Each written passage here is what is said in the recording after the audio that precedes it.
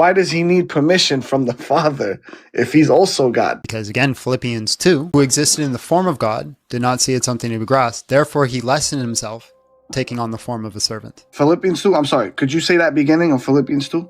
Jesus, who existed in the form of God, did not see it something to be grasped. Therefore, he took on the form of a servant, being found in the appearance of man. Okay, what does that mean? It means even though he was in the form, and the word form there is morphe, which means to be the same essence.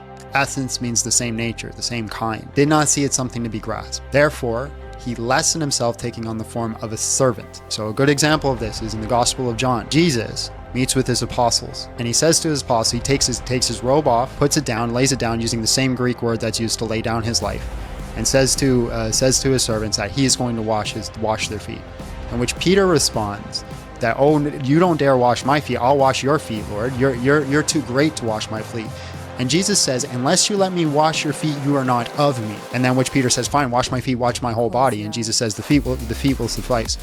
To wash someone's feet in this time period was a very low thing to do. It was one thing that only slaves did. Him as the Messiah should not have done this. Jesus as God takes on the form of a servant to show us the way and show us the path.